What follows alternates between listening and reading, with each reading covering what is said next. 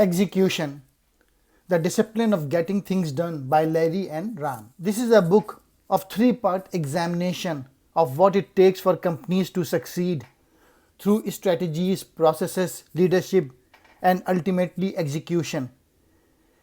It is this which sets successful companies apart from those that fail. The foundation of changing behavior is linking rewards to performance and making the linkage transparent. The hardware of a computer is useless without the right software. This book tells you how to get things done. It brings to light all the tough issues most people don't want to face. But if you don't face them, your business ultimately suffers. Discipline is a great thing in the world. There are companies that deliver on their commitment year in and year out. Companies such as Walmart, Southwest Airlines. Unless you translate big thoughts into concrete steps for action, they are pointless. Without execution, the breakthrough thinking breaks down. Learning adds no value. People don't meet their stretch goals, and the revolution stops dead. When you get in change for the worse, because failures drains the energy from your organization, repeated failure destroys it. What is execution? Execution is a discipline and integral to strategy. Execution is the major job of the business leader.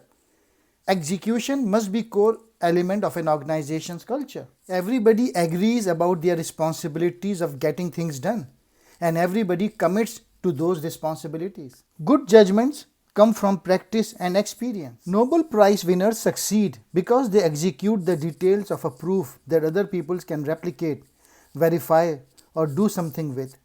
Unless I can make this plan happen, it is not going to matter. The people who hired Joe saw nothing in his record to indicate he would fail because they did not use execution as a selection criteria. He was a very impressive guy in a bad year. He was doing the right things and he knew what to do about what he had not done. Realism is the heart of execution, but how many organizations are full of people who are trying to avoid reality? What are we doing right in the business and what we are doing wrong in the business? In the same way, what are we doing right in our homes and what we are doing wrong in our homes? Leaders who execute focus on a very few clear priorities that everyone can understand. Focusing on 3 or 4 priorities will produce the best results. Along with having clear goals, you should strive for simplicity. Self-analysis gives you the capacity to learn from your mistakes as well as your successes. The behavior of a business leader is ultimately the behavior of the organization. People's belief and people behavior is a very important stuff in order to achieve goals in any organization. Behaviors are belief turned into action. Behaviors deliver the results. That's where the rubber meets the road. We do all we can to reward people for doing their best. The culture of a company is the behavior of its leader. Leaders get the behavior they exhibit and tolerate. You change the culture of a company by changing the behavior of its leaders. If you look at any business that's consistently successful, you will find that its leaders focus intensely on people selection. Common sense tells us the right people have to be in the right jobs, yet so often they aren't. In most companies, people regard a good leader as one with vision, strategy, and the ability to inspire others. You are searching for people with an enormous drive for winning. These people get their satisfaction from getting things done.